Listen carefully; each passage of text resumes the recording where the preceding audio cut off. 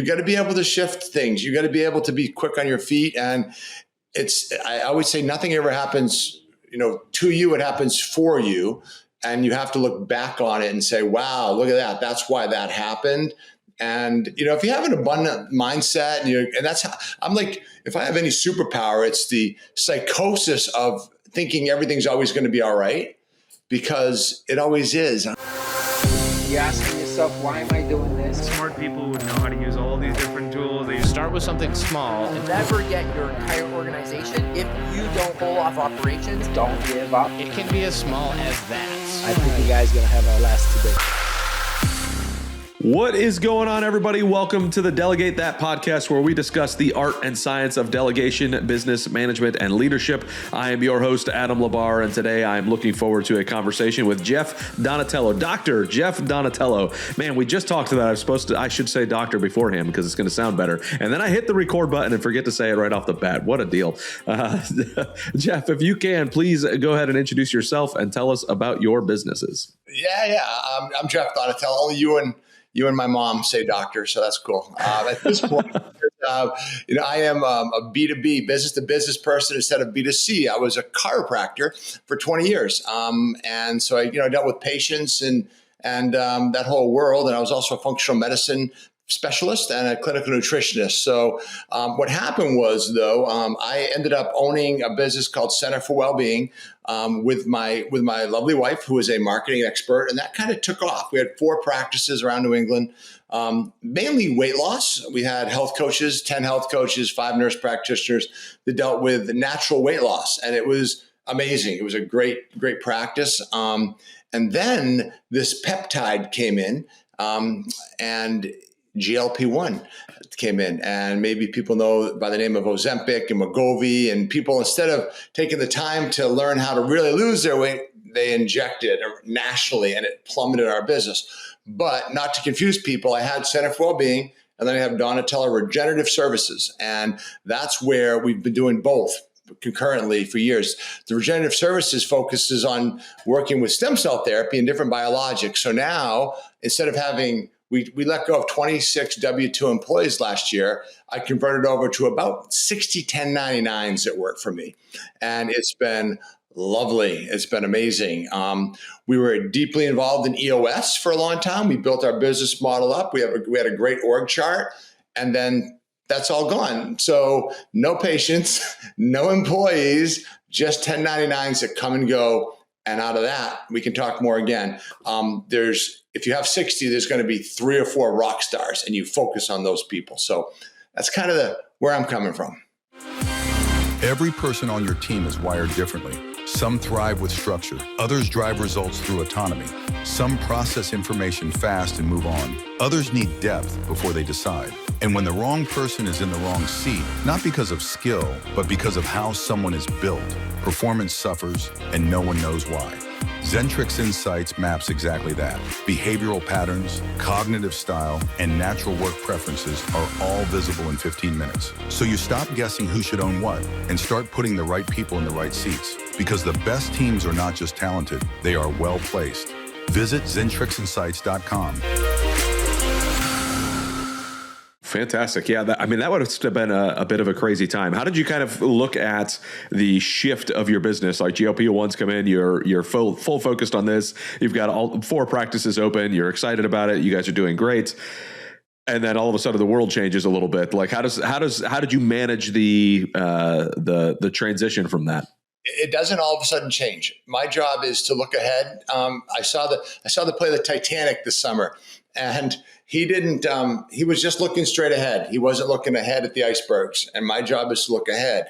So there was a peptide called semaglutide, that I knew at 10 cents a dose was an amazing peptide for people to lose weight. That was my world. And what happens is typically big pharma will come in, grab semaglutide, and say, you can't make it anymore because we have a drug, right? Ozempic, Wegovy, whatever those drugs are. And we're going to now charge $1,000 for a prescription, and we're going to alter it, and we're going to make it our own, and you can't sell the natural substance. That's what happened. And I knew it was coming. So basically, I just kind of worked. I always say this, your net worth is your network. Yesterday, sometimes I'll count. I counted 46 different people that I was texting with all day. So the regenerative world, we do stem cell therapy. We've had 4,000 patients. We have doctors that do it up here in New Hampshire. People fly in. We're the leaders in doing it in New England, I feel. And we brought it here 10 years ago. So I've always had that. So I've always been involved in the regenerative medicine world. And I'm always trying to find these new products that work really well that the doctors don't know about. So I was able to kind of slowly, the iceberg was coming, right, Adam? And I was slowly able to move and shift. It didn't happen all at once. But I do say that, I don't know, I know a lot of guys that listen to this might be involved in EOS. I do say that we were the only ones to fail EOS that I know of, having built it up, right? But shifts happen. You got to be able to shift things. You got to be able to be quick on your feet. And I always say nothing ever happens, to you, it happens for you. And you have to look back on it and say, wow, look at that. That's why that happened. And, if you have an abundant mindset and that's how I'm like, if I have any superpower, it's the psychosis of thinking everything's always going to be all right, because it always is. I don't know. It's just, it always comes around. So here we are. For sure. Yeah. And I think that the mindset that you had there is obviously completely necessary, but there are a lot of people, especially you're in EOS, you're looking at your 5-year picture, you've got all of this vision going on and all this stuff going on. It's easy to just kind of say, no, we have to stay the course. We have to stay the course. What kind of conversations did you guys have to have in the business to go, no, we really need to pivot. We don't need to stay the course? Well, the challenge is that my wife is heavily involved, is where she's a co-owner. And, I read this the other day that I love this. Tony Robbins said people either need certainty, uncertainty, or significance. Those are the top 3. And I thrive on uncertainty. I love, right, being like, okay, I don't know what's going to happen here, but something good's going to happen. And a lot of women, not all women, but a lot, especially business owners, like certainty. So it's if you're married to your co-owner, it's kind of, and co-founder, we have to talk a lot. And it was very challenging. Try letting go 26 people, all women, professionals, slowly over time, cutting back offices. When you tried showing up with a U-Haul and a college kid and emptying out an office and driving up 128 around Boston back home to give all the stuff away and then do it again the next month and then again and then again. It was a lot of work. The final office that we let go of, a lady from Vermont, she was a nurse practitioner. She wanted like a table. I said, well, do you want everything? And she showed up in a 28-foot mobile home. This was in March of a 28-foot U-Haul, right? And this is in March of last year.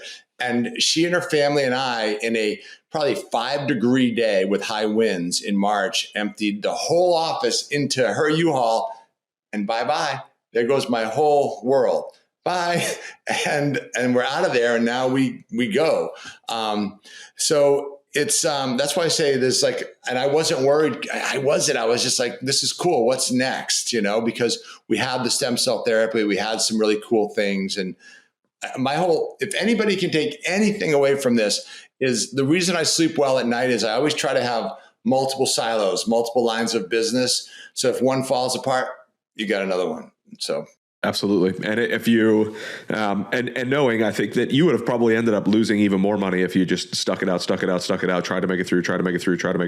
And then it's ugly. Like we would have filed bankruptcy. It was, I don't even want to tell you how much, because we had contracts, like subcontractors, like big year-long contracts. So it was very fortunate. We got into a couple lines of business that really worked well, selling different biological products. Which some of the people might be interested in, the new products we have. If you've ever heard of slip discs, everyone's had a back pain where their disc is slipped. We actually have a product now that is covered by Medicare in 14 states that spinal surgeons, neurosurgeons can inject from the placenta into the disc to help heal it up. So these are things I do. I try to find these doctors and match them up with products now. That's awesome. Yeah. And I think if anybody's hearing anything, it should be that you should always be looking forward, always be looking for the iceberg, always look for the pivot. Yes, you want to be dedicated to your business, but the best way to be dedicated to your business is to know what's coming. So I appreciate that. So what you do now, can you kind of go over, obviously you talked about the biologics, you've talked about some stem cell stuff.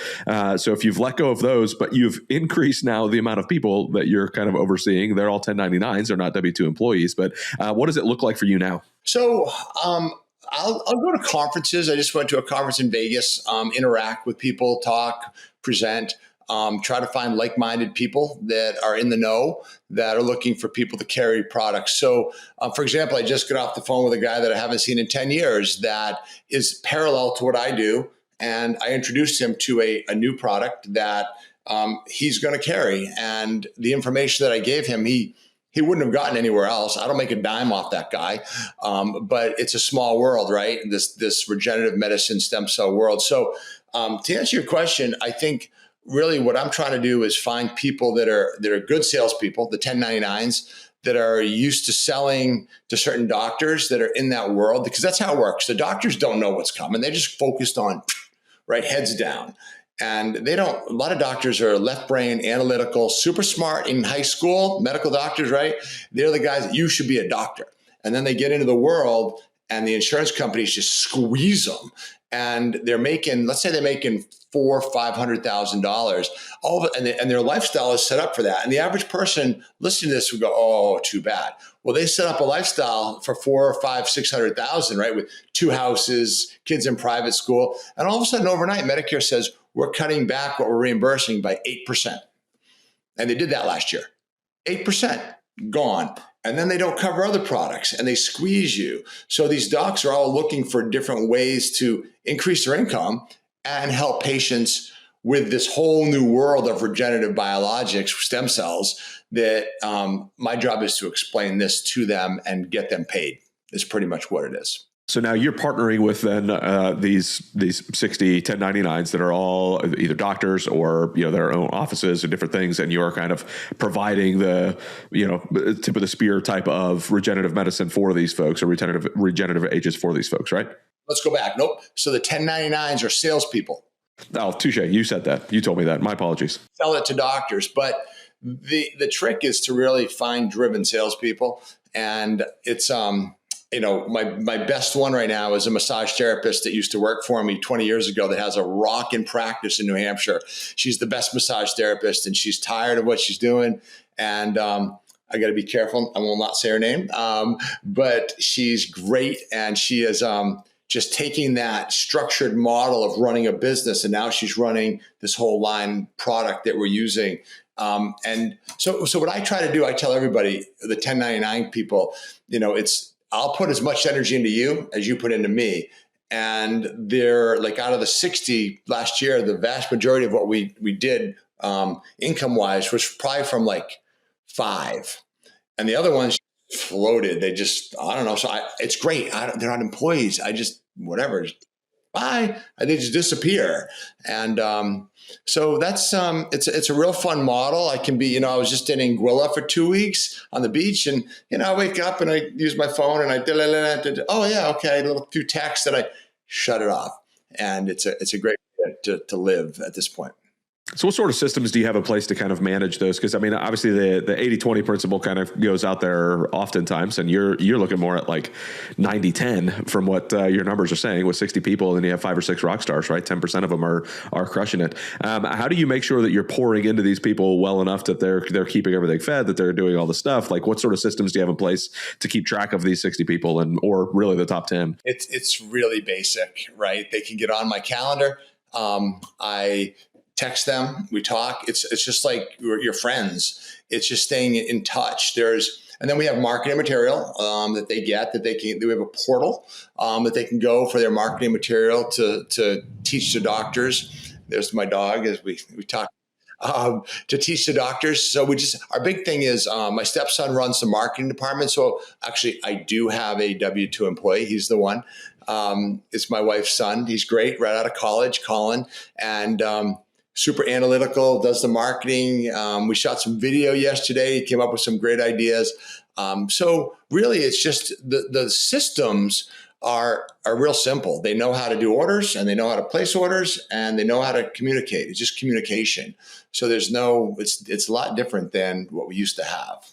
And how about managing the relationships with the doctors that you're providing the products to? How do you kind of manage that? Sure. Well, they do. They manage the doctors.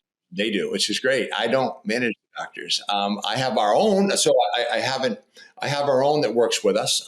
He's an MD in Portsmouth, New Hampshire, that we have probably, 5 to 10 patients a month that come in, that we do the sales process with those people. And we work with Instagram and Facebook, and they come in and we talk to them and educate them. And if they're a candidate, they come in and get care.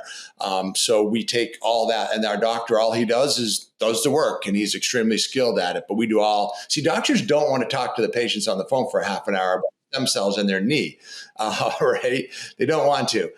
So that whole business is a little bit more involved, but my 1099s are teaching the doctors how to connect.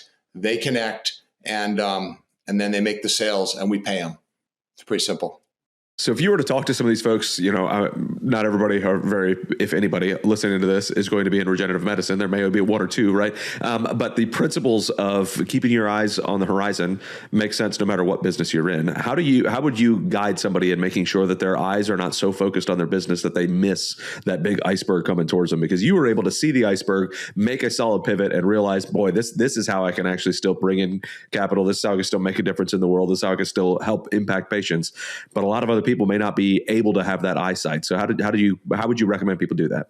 You have to be interested in what you're doing and what you're selling. It has to be cool to you. You have to be reading journals and articles and the news and getting a sense. When Robert Kennedy came in, again, I always worry with politics now. When he came in, it was the best thing in the world for us because he understood progression and natural energy and natural food, and he's and stem cells. So when someone like that comes in, you follow the patterns of where the administration is going, and it circles back to just being interested in staying connected to people that are in the know. And you know what it is? It's showing up. Right. I mean, I didn't want to go to Vegas and present to 20 neurosurgeons, right, at Caesar's Palace 3 weeks ago. I didn't want to get on a plane. We went to Breckenridge after that, right, for the 𝗺𝗬 event that we're both members in. And then from there, I went to Clearwater. And from showing up, created a bunch of business. And I know people that try to connect this way with everybody. They're on Zoom all day. People face to face, man, go back to face to face. When you meet somebody, human beings, you need to meet face to face. And you can't, I don't care what people say, until you meet someone, you need, it's different when you're sitting across from them at a dinner table or going out for a drink or whatever it is. You need to meet people. That's what it comes down to. And I like people, right? So I like meeting people. I would imagine also those conversations you have when you're in those face-to-face meetings, I talk about it with the GoBundance conferences all the time, and almost any conference I go to, the conversations I have in the hallway are sometimes 10 times better than anything that I have sitting in the seat inside the room, right? Because you're hearing what everybody's saying, you're understanding, you're getting the pulse on what's on the ground, you're seeing all the stuff that's going on in there. So I'd imagine that helps you keep your ear to the ground on what's coming in the future, where we should be going. I don't know why. I think this is something that should be taught like at a high school level class. A technique you do, you're in the back of the room near the door. You sit down in the first 5 minutes. If that guy isn't interesting to you, or if he's not congruent with what you're doing, you get out and you hit in the hallway and you start talking to people. That's what I do at all the GoBundance events. When I'm put in the front row, like if I'm like in a seat in the front, I hate it because I don't want to walk through the crowd to get out of there. I want to be in the back talking to people, and it's the best thing for that. So I do that at all the events. The one in Clearwater, I think I probably listened to maybe 10 minutes of the guys talking, and I was spending time out in the hallway. So that's where everything happens. You're right. So when it comes to, I'm going to go back to the sales folks again, when it comes to coaching and mentoring these sales folks and keeping them up to date and making sure that obviously a rock star's a rock star. They're going to be a rock star no matter where they're at. So they're almost easier to coach. But the folks who maybe they're at the, they're still in that 20%. They're still going to be your higher producers. You want to pour a little bit more time in them to maybe get them up a little bit more. What sort of tactics do you use to make sure that you're coaching them in the way that helps them sell better, that helps them understand the product better? I think we use Loom videos a lot. Loom videos are great because, I get on a Loom video and do like a little webinar and we have that then and we can just send it to them. So the way that ours works is that 90% of the energy is educating them up front. And again, going back to a portal and having all the information and just letting these guys run with it. And also, I will show up a lot of times when they first meet a doctor or an office, I'll go with them. So it's not like I'm sending them to the wolves. I mean, some of these guys they're talking to neurosurgeons, right? And there's ways to talk to neurosurgeons. They're super busy. A lot of them just want to know the studies and how much is it and is it going to kill my patients? And you have to connect that way. And it's it really, again, it comes down to people, right? And being able to read a room pretty quickly. So the best people that what I do, they're just people. And we just went down to the group that has 20 offices. We brought them to dinner, and the sales lady that I was talking about that was a massage therapist, I went with her, and I didn't need to be there. She just took over the room and I sat back, and which is the best. I love that. I'm 57 now, right? And I'm getting to that point. The word retirement is a bunch of garbage in my mind. What does that mean? I don't know. But I'm more about empowering. I want to empower and just guide you through based on my experience. But I want to be there for them for those questions that they have. But yeah, I think a lot of people, I listen to a lot of sales folks, and they talk about the salespeople should be the highest paid folks inside of your company, right? You're talking 1099 folks, so these folks are not necessarily inside of your company, quote unquote. But man, oh man, you still have to pour into them. You still want them to be there. You don't want to lose a rock star. You want to take care of them. So the fact that you love people so much is, I'm sure, a massive benefit in jumping in there.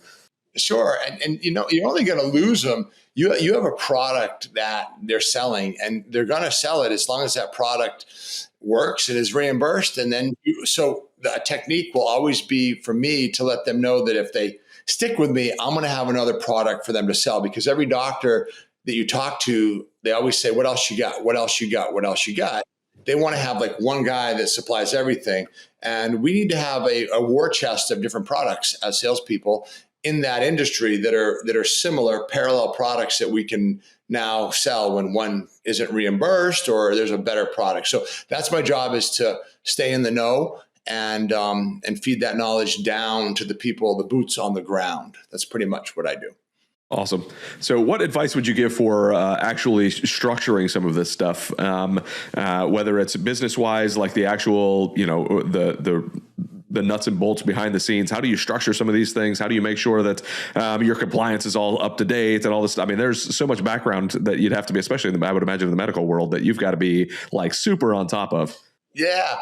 I'm not the best at all that. That's why I have my wife. So when you go about procedures and all that, I'm like, that's what she does. I was just told an hour ago by a guy that I'm the yapper. I talk and I set up deals, and then the behind the scenes, they do that. But I would say that, where was I going to go with this?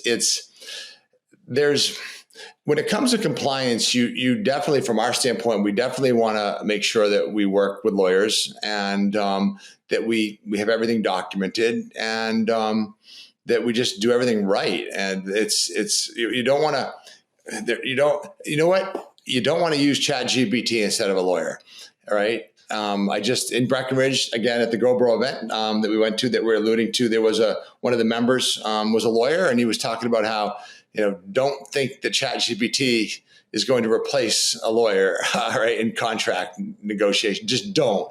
But we use AI all the time to check contracts, what pops out, what is dangerous for anybody in it. But yeah, procedural wise, that's more other people. That's not my cup of tea. Well, it just so happens to be the name of this podcast is Delegate That, right? So you delegate the things that are not your cup of tea, that are not the things that you're focused on. You know it needs to get done. So you're like, hey, I need somebody else to do that because that is not me. Yeah, 100%. And that is a superpower I have. I try to keep smart people around me and have people smarter than me that if I can, give them the work to do because I can't do it. That's just not my thing.